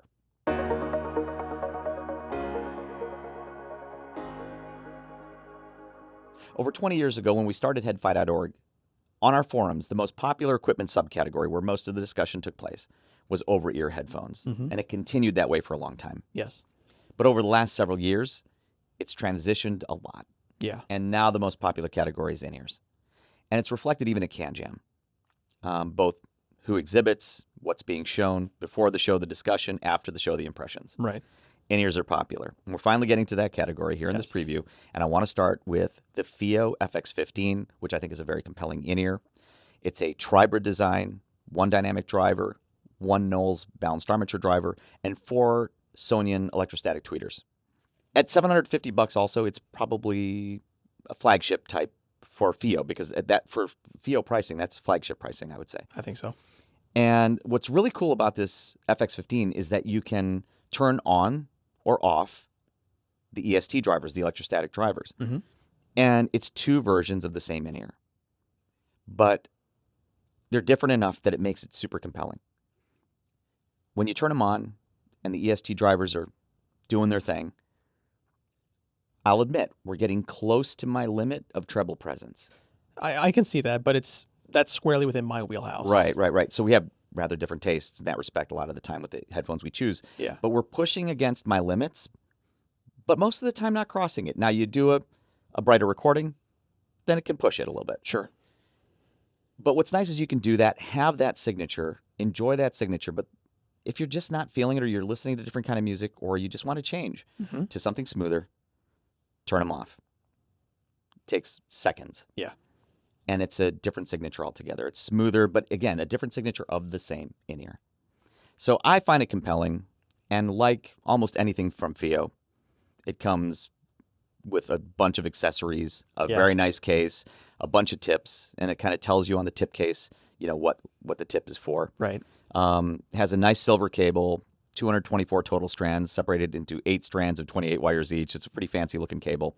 It's just a really and then on the cable, on the plug, there's a swappable 3.5 millimeter single-ended or 4.4 millimeter balanced plug. Yeah. You can swap them out. So I really think this is a compelling in-ear. If you're kind of torn between wanting both signatures, not sure what you want, you might be able to get it all in one with an FX15. So I would recommend going to FIO's exhibit to check that out for sure, and they'll have other in-ears as well. Empire Ears will have at CanJam SoCal, of course, their whole lineup, but they will have the Raven. Yes. That's been talked about. Yes, it has. It's being talked about. And I was just reading posts from HeadFi member Tristy, Okay. who heard it at CanJam London. Tristy had very nice things to say about it, to say the least. And I can understand why. So the Empire Ears Raven is a 12-driver quad brid. So I guess that would mean a hybrid with 4 types of drivers. I'm a genius. Yeah, that's anyways. So yes, a quad brid must mean a hybrid with 4 types. Anyways, so 2 W9 plus dynamic drivers for the bass, I guess. 5 BAs, 4 ESTs, and then there's a bone conduction driver. Yes. Now, if like me, before you heard like good implementation of bone conduction in this realm, which is different than the consumer products that had bone conduction in the past. Very. Nothing like that. So if you remember the Skull Candy Skull Crusher, nothing like that, right? This isn't gimmicky at all. What it adds to the impactful bass from the dynamic drivers, I think the dynamic drivers for the bass, is this additional texture. Mm-hmm. And it's quite a beautiful experience to me. It's rich. I can see why people are digging this one. Now for you, probably pushing, so Brian kind of tends to like more neutral, flatter sounding earphones. So this is probably pushing your limits in that respect. But for me, for those who prefer a richer tone, but want the nice technical performance as well that you get with the resolving ability, those ESTs are being well used, this is a can't miss. I think it's one of my favorites from Empire Ears for sure. Now, one of the most popular discussion threads on HeadFi is, without a doubt, the water cooler thread. Yes. Started by Rockwell 75, after which it just exploded with activity. Yeah. Warren Peachy told me I had to go in there and check out the discussions because there are a lot of fun discussions in there. And I did, and I have been.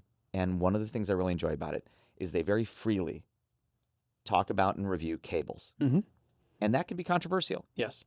In the audio world, but not in there, which is fun because I like to roll cables with my different earphones and headphones. And so there they created kind of a safe space for it. So I imagine the water cooler team will be pretty thrilled about the presence of some of the top cable makers in the world being at CanJam SoCal to exhibit. One of them, for example, is Elitech. Let's start with them. So Elitech's coming from Singapore. They are. And they sent over a couple of cables for us to try. The first is one I think that the water cooler guys will be checking out. It's the Elitech Sonnet of Atom. And we were talking earlier about the Empire Ears Raven.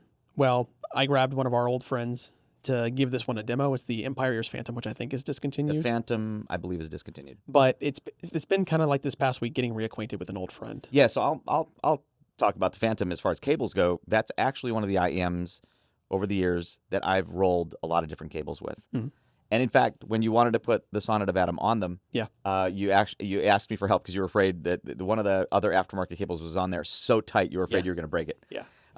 And so I've rolled a lot of cables on that. And the different cables I've tried with it, the right ones will open that one up. And that is a cable I have not tried with yet, the Sonnet of Atom, but I definitely will. So if you're interested in checking it out, it is a gold-plated silver, gold-plated copper, and gold-silver alloy, 24-gauge, 4-wire design. It comes in both 2-pin and MMCX options, and you can choose between 3.5 millimeter single-ended or 4.4 millimeter balanced. Okay. Now, an interesting thing for cables is that you can also check out full-size cables. From Elitech. They have their Dante series. Well, they sent over the Purgatorio for us to try. So for full-size headphones, but I'm just laughing because we're in the IEM section. But since we're on Elitech, let's talk about it because they did send a full-size headphone cable here. It's a high-purity OCC silver blend, 21-gauge design. And the one we have here is terminated in dual XLR, the mini XLR connectors, but you can also get it in dual 2.5 or 3.5 millimeter, terminated for Sennheiser's HD800. There's a number of connections available. And if you're bringing full-size headphones to CanJam, it's a great one to try out. Which connector's on there, though? The dual mini XLR. ZMF and Odyssey. ZMF and Odyssey, okay. So actually, for me, I haven't tried that cable at all yet. That's a all-silver blend. So I want to try that with I'll probably try that first with the Atrium from ZMF, which is kind of a richer headphone, a romantic-sounding headphone, one of my favorites. I definitely want to see how that goes with those. Now, another exhibitor joining us from Singapore is Effect Audio. They're coming all the way over. And they sent over a couple cables for us to try and advance the show. The first is an anniversary edition of one that's already existing, the Eros S. And it's to celebrate 1 year of their signature series. I've got it over here paired with the Theaudio Monarch Okay, that explains it. Yeah, I was kind of confused when I saw the notes that you put together because it doesn't look like an Eros S. But I guess that's the special, the anniversary edition. Yeah. It is. It's meant to evoke the feeling of celebration and fireworks. I think it looks nicer actually. But I popped it on the Theaudio Monarch Mark II because if you guys have heard the original Theaudio Monarch Mark II, it's a wonderful sounding piece. But I'm not a huge fan of the stock cable. It's a bit bulky, it's a bit heavy, and I've had the termination come undone a couple times unintentionally. I have not had any issues handling the stock cable on the Theaudio. I'm just teasing you, but no. So I haven't had any issues with it in that respect. That said, even at $349, this is a more kind of a more affordable cable as Effect Audio goes. But I would guess that's probably a fancier cable than came stock with the Theaudio. I don't remember what cable came stock with the Theaudio. So whereas I was teasing, I actually haven't had any issues with the stock cable from Theaudio physically, but I am very curious to know how they compare in terms of sound. For sure. Yeah. They also sent over their Fusion 1, which is a recently released cable. And I've been spending time with it on the Elysian Acoustic Labs Diva. Now, I didn't spend a lot of time with the Diva prior to this. Somebody had it with them pretty much a lot of the time. But for the preview, I've been pairing it with the Fusion 1. And I got to say, I need to spend a lot more time with these two together. Yeah, that's a comparison. That's a bold comparison there. Because the reason I say that is the Diva came with a nice cable. It does. But this is the Fusion 1 is a $1,000 cable. Knowing Effect Audio, this is I'm guessing it's at that price, it's probably a fancier cable. I'm guessing than what came with the Diva. Yeah. So for me, that's an in-ear I'm very familiar with. I have not done the comparison. Given that it came with a nice cable, I am definitely that's a comparison I want to definitely try. Maybe I'll bring that with me. Well, the Fusion 1 is a UP-OCC gold-plated silver Litz, pure silver Litz, and pure copper Litz hybrid cable. Right. It comes in a 21-gauge 2-wire design, and because it comes with their ConX and TermX connectors, you have 2-pin and MMCX in the box for the headphone side, 2.5 millimeter, 3.5 millimeter, and 4.4 millimeter for the device. Yeah, and they will have their own exhibit at the show. They will. Okay, so Effect Audio will have their own exhibit. Okay. Now, Singapore is not the only country where great cables are made. There will be a number of brands available at CanJam SoCal this year to try, and I want to mention a few more just so you know they're there. Atlas Cables from Scotland. Scotland. Their cables will be available at the Vanna exhibit to audition. At Vanna, yep. Cardis Audio, homegrown here in the USA. They'll be available at Mimic Audio's exhibit. I do want to say about Cardis that I've been using Cardis cables probably longer than any other aftermarket cable maker. And so we probably have more Cardis cables in the various systems here and at my house than maybe any other single cable maker brand. So I'm a big fan of Cardis. Yep. And headphones.com out of Canada, they're launching a new cable line, which has a fantastic name. It's the Listen More cable. Yeah, and I love this name. So the reason I'm laughing is because the name of this new brand that they're starting for cables is Listen More.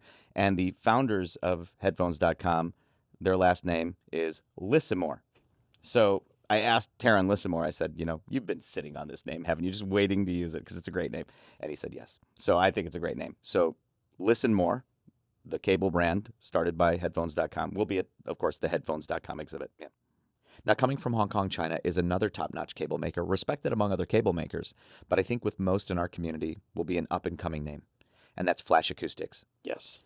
So right away when you see a Flash Acoustics cable, they are beautiful to look at. The metalwork on them, the machine work is incredible. But thankfully, it's more than just pretty looks. Mm-hmm. So we have I think it's their flagship cable, the Ultron. And I'm not going to try to explain I'm looking at it. Let's just show it on the screen because there's a lot going on. We're going to show you a cross-section of what's in it. So it arrived, and I wanted to try it on an in-ear that I was really, really familiar with. And so I chose the Sennheiser IE900, which made it increasingly interesting because I've never swapped cables with the IE900. Mm-hmm. I don't know why. I just never thought to do it with that in-ear. But yet I carry it almost every day. Yeah. So anyway, I swapped it, instant upgrade. Now, it has the ConX ends on the Ultron, so you can swap out the terminations to match just about any IEM we have here. And so I want to try it with another in-ear I know very, very well. And the one I'm thinking of is the Empire Ears Phantom, which, again, I think is discontinued. But I still love that in-ear. And I have cable rolled with that one. I want to see how it performs with that. So now at CanJam SoCal, you'll be able to do the same thing. Bring your in-ear to the Flash Acoustics exhibit. I'm so thrilled that they're coming all the way out from Hong Kong. So yeah, it's probably they're probably cables you haven't tried before. So don't miss them at CanJam SoCal.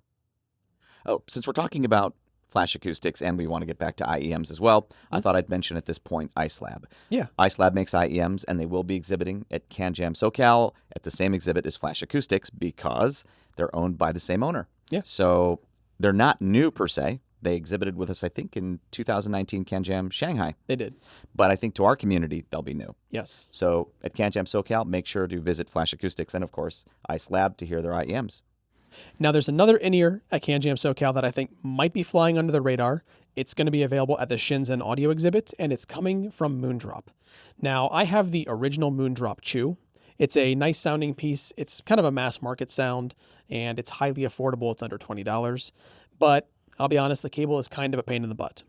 And there's a new Moondrop Chew 2 with a detachable cable. I saw it on their site, and I'm very curious because we're often asked, what's the best headphone given in a given category under $50?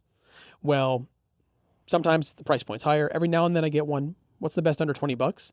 And depending on how this demo goes, that may be my new recommendation. That's pretty cool. I never get asked under $20 because there's almost nothing under $20 in our space. But yeah, that's cool. So we've been talking about doing a video about the most musical true wireless earphone we've heard. Yeah. We picked up a bunch of them. Spoiler alert, the winner was the Hi-Fi Man Svanner Wireless. Yeah. It's the most musical true wireless earphone that we had, and we picked up a bunch.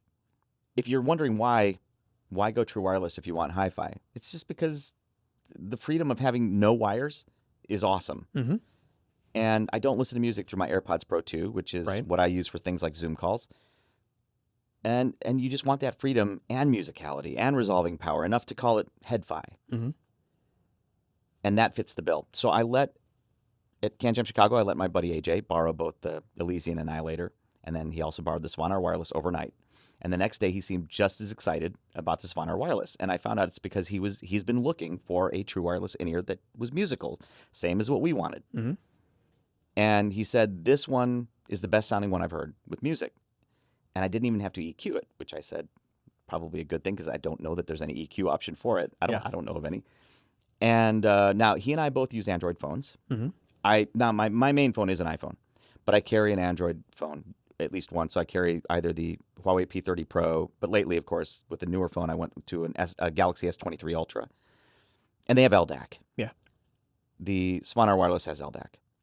Don't use try it, but the highest rate LDAC is a bit skippy for me with both phones, but the middle one, stable, sounds fantastic. I love it with that. Now, as someone who carries an iOS device daily, I don't carry currently any Android devices. I don't have access to LDAC, but the Hi-Fi Man Svanner Wireless is still fantastic for an iPhone user running on AAC. With music. Yeah, I agree. And so, again, main phone is an iPhone, but it definitely sounds better to me with Android. So anyway, AJ asked me why I thought it sounded better. I didn't design it, so I don't know, but I think it's the system approach Hi-Fi Man took. Mm-hmm. They care about the amplification. They put great care into the amplification. The DAC is their Himalaya R2R DAC, so it's an R2R DAC true wireless. And the driver, I think, is the same type of driver or even the same driver they're using in their high-end wireless in-ear. So that's, to me, an important product. Mm-hmm. If you're looking for that freedom of true wireless, but you want something that you would listen to music through happily, go try the Hi-Fi Man Svanner Wireless for sure. Now, this next company, you and I both learned about at the same time, CanJam Singapore a couple of years ago. I only heard about the company because you came up to me and asked, have you heard these yet? Yeah, and I only heard them because not long before I did that with you, somebody said I needed to hear the Elysian Acoustic Labs IEMs. Yeah. And to be very honest, and maybe the diehard high-end IEM enthusiasts are probably going, you haven't heard of them before? No, I mean, before CanJam Singapore 2022, I hadn't heard of Elysian Acoustic Labs. So I sat down, listened to the Diva first. So the Elysian Diva is a 6BA design. What I couldn't get over was how well integrated it was. If you told me it was a single driver dynamic that was just a really good single driver design, I'd believe you. Mm-hmm. But it's 6BAs. Lee, the founder and the engineer behind Elysian, just did such a beautiful job integrating them into what I would call something like light rich. Oh, it does have a 3-way bass switch. Mm-hmm. I think I was listening to it in the middle setting, which I think is the default setting. And I would describe its signature that I heard as like light rich neutral, because I wouldn't call it rich neutral, but like a light rich neutral with just beautiful resolving power. And again, couldn't get over just how cohesive it all was. All right. Now, one thing I didn't really listen to that much at CanJam that year was the Annihilator, which I think is Elysian's flagship right now. Yes. And the Annihilator, which is talked about on the water cooler thread on Constantly. HeadFi, I think they even nicknamed it the Annie 23 or something like that, Oh, because nice. there's an Annihilator. It's the Annihilator 2023. That is a hybrid with one dynamic driver, 4 BAs by, I don't know who makes the BAs actually, and 2 ESTs, the Sonian electrostatic tweeters. The Annihilator, I can see why it's talked about so much. It's richer sounding in tone than the Diva. Mm-hmm. At first, I thought it might be pushing my limits for richness. Then I realized, no, it's right there. It does kind of push mine. So there, for like the bass presence. Yeah. So we tend to prefer, you tend to prefer what I would consider sometimes brighter earphones, and I tend to prefer richer ones. So, but the way, again, he integrates them all, it's one of the best implementations I've heard of the EST, because it can be difficult to integrate, the ESTs. And what he massages out of those ESTs for airiness, combined with that richness, that mid-band detail, and again, the cohesion, I think the Annihilator is a very special in-ear. It is. So I would recommend, I think a lot of people who haven't heard Elysian's IEMs will feel the same way we did the first time we went there. CanJam Singapore 2022. You can't miss them. I don't know that they're that easy to hear, actually. No, I don't. In the think they are. U.S. So anyway, don't miss Elysian's exhibit for sure. Now at Munich High End, astell&kern was showing some collaboration in-ears, and the one I got to hear was the Visioneers astell&kern Aura. But I didn't get to hear it at the astell&kern exhibit because it was so busy that I didn't have a chance the day I was in that part of the show. But I did run into Oliver Marino, who's the engineer over at Visioneers, and he had a production-voiced prototype. So he let me listen to it with my digital audio player, my music. What a beautiful sounding in-ear. So they're talking about this one on the water cooler thread at HeadFi. I can totally hear why. So it has 2 dynamic, I think the bass drivers are 2 dynamic bass drivers in an isobaric configuration. Beautiful, impactful, textured bass that I would say gives it a rich tonality overall, a rich neutral tonality. What they do is they marry that bass to, I guess, what you'd call the VE all BA sound, which kind of like the Visioneers Phoenix. Yeah. So if you're not familiar with the some of the all BA Visioneers that have come out that have been beautiful, it's a great thing. So yeah, like the Phoenix, which I remember loving. I don't have a very specific. It's been a while since I've heard it. Yeah. But I remember loving that one. That is an all BA design. Yeah. And I'll be talking about another one in a minute. But if you get a chance, do not miss it. It'll be at It's Bloom Audio. a Bloom Audio exhibit. And that's the Visioneers astell&kern Aura. I can see why they're talking about it on HeadFi. And we should probably mention, I think there's only going to be 650 of these produced, so it is a limited run. All right, there. All the more reason not to miss it. Now, speaking of Visioneers, they'll also have the VE10 or the VEX, and I'd like to share a little anecdote about the VE10. Okay. So at CanJam London last month, I was talking to a very respected IEM engineer who is not with Visioneers. I won't say who it was. And we were just talking about things we liked at the show, and he asked me if I'd heard the VE10. I said I had not. He said, you have to go hear it. And I asked him why. Why do I have to go hear it? And he said, the bass. He said, it's just the quality of the bass is one of the best I've heard from an IEM. And it's coming from a dynamic, like an 8mm dynamic driver. And so I think it's one in that one, and the rest are BAs. So I went to go listen to it because he urged me to. And if I told you who it was, you'd understand why that was high praise. Went over there, listened to it, and I can totally understand why he said I had to hear it. So I heard it briefly. Definitely want to spend more time with that one at CanJam SoCal. Another one that I want to spend a little more time with that I heard briefly at CanJam London was Nightjar Acoustics Singularity. There was a lot of buzz around that exhibit. Yes. And there's also buzz about the Singularity in the water cooler thread on HeadFi. Okay. And so I wanted to hear it. And it's a single driver dynamic. I think it's a 10mm dynamic driver, just one per side. And that has a really, just a beautiful, lush, rich tone but it's audiophile, it's resolving. But if that's a signature you dig, then that's one, and it's a signature I dig, so that's one I want to spend more time with. I can understand the buzz around the Nightjar Acoustics Singularity. Lucid Audio is the parent company of Etymotic and Westone. They'll be exhibiting at CanJam SoCal. The very first audiophile in-ear I purchased was the Etymotic ER4. I think Tyler Hertzens was really recommending that one back in the day. Yeah. And great recommendation. It's still a classic to this day. Mm-hmm. But they have one. It's a 2-driver. It's the Evo. The Evo. And that, I think, is that's my favorite in-ear by Etymotic. So make sure to stop and listen to that. And Westone has the Mach series. Yes, they do. I'm surprised I remember the name. I always forget. It's a Mach series, M-A-C-H. And they have, I think, 8 models. I believe so, yeah. The Mach 60 reminds me, which it's designed to do, of my custom ES60 Westone, which I love. So that's the first one I'd recommend if you're going to audition the Mach models. I think Warren Peachy would recommend. He's an 80 guy. He's an 80 guy. Yeah. He has an ES80, so he likes the Mach 80. I have an ES60, so I prefer the Mach 60. So yeah, those are things you definitely want to listen to at CanJam SoCal as well. Campfire Audio will be there. I actually don't know what they're bringing. Well, I was talking to Caleb Rosenau from Campfire Audio, and he did mention that there will be 4 new models. Right. I don't have any details, but 4 new models from Campfire, I am going to be lining up. Yeah, I don't think we got any details on those. So yeah, I want to see and hear what they have at Campfire Audio as well. Obviously, they'll have their whole lineup, but I don't know what these 4 new models are. Yeah. Ultimate Ears will be there. They'll have their it's called the UE Premier. Yeah. I have one. So how come I can't remember the name? So anyways, the UE Premier, it's a 21 driver model. To me, the most interesting drivers of those 21 are probably the Knowles Super Tweeter balanced armature drivers. Okay. Those are newer. Knowles has been given great talks that are related to that Super Tweeter. And even though it has the Super Tweeters, it's a richer in tone IEM. I would call it more forgiving. I've described it before as euphonic. I stand by that. And I think they probably made that one to be like a fatigue-free listen. Makes sense. Yeah. If you're at Ultimate Ears exhibit, I would also recommend the UERR. The UERR, Yeah. which the reference remastered, which has been around for a while, but I consider that a classic. It might be my favorite UE in-ear maybe ever. It's a studio monitor and sounds like a studio monitor. Yeah. Flat, neutral.